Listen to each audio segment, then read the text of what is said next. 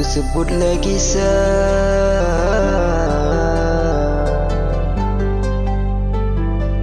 seorang putri.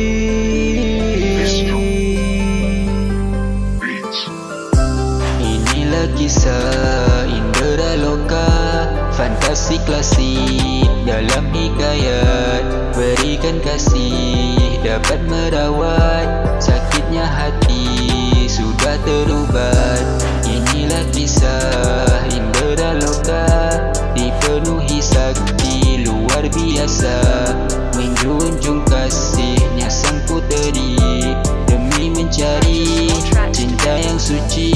Kisah hidup dengannya bagai berada di lain dunia. Kisah nyata fantasi buta, mainan kata, bisikan hibah dapat ditemankan Ratu Purnama. Bagai tarut seantero dunia, seperti hidup di Indra Loka. Alam bayangan sebaliknya mata, malingkai kayangan di dunia fana. Berikan dekapan di bumi yang nyata, nur yang menyinari sabu warna. Dek senyum kecil manis di muka, harapkan ku menjadikannya suaka. Melindungi daku di saat hibah, mata rasakan dibacanya. Dunia nyata pisah jadi dua dunia. Kita yang punya hayal sakti dapat ku rasa, berikan bakti hingga ke syurga. Dunia fantasi di atas mega dan lima sakti dan kasa-kasa. Langit ketujuh kita di bawah, nafsu dihembus cinta asmara. Candu di kampus rasanya minda, ini kan iman yang dinamakan cinta. Ada kalanya berasa resah, sedih, duka, hibah bila kita tak bersua. Suka ubat bahagia bila dapatkan berjumpa. Makin jauh makin sakit, mahu dekat dan berhimpit.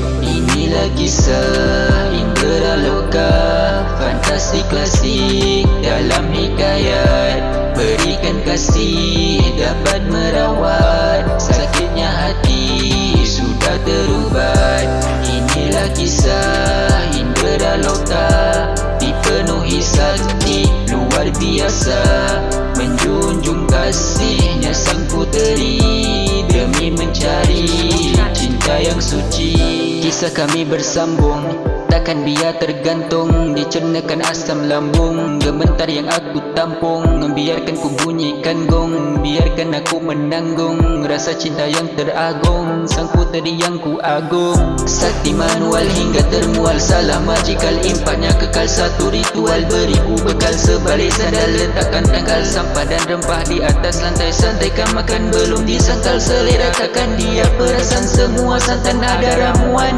Buat dia jatuh cinta, tiadanya tipu helah, yang adanya cuma janjiku setia. Sentiasa ada seluas daratan atau sedalam samudra, pastikan ku ada. Di alam dewa dewi dah mati hidup lagi, sentiasa akan mencari kehidupan hakiki bersama sang puteri. Citakan sampai mati kerak kala arteri, lepaskan artileri. Puas takkan mencari melawankan puaka, bawa buka suaka, mengharap satu jana bawakannya kembali masuk ke realiti. Cinta yang nak hakiki kan kita jumpa lagi. Inilah kisah Indra Loka, fantasi klasik dalam hikayat. Berikan kasih dapat merawat, sakitnya hati sudah terubat.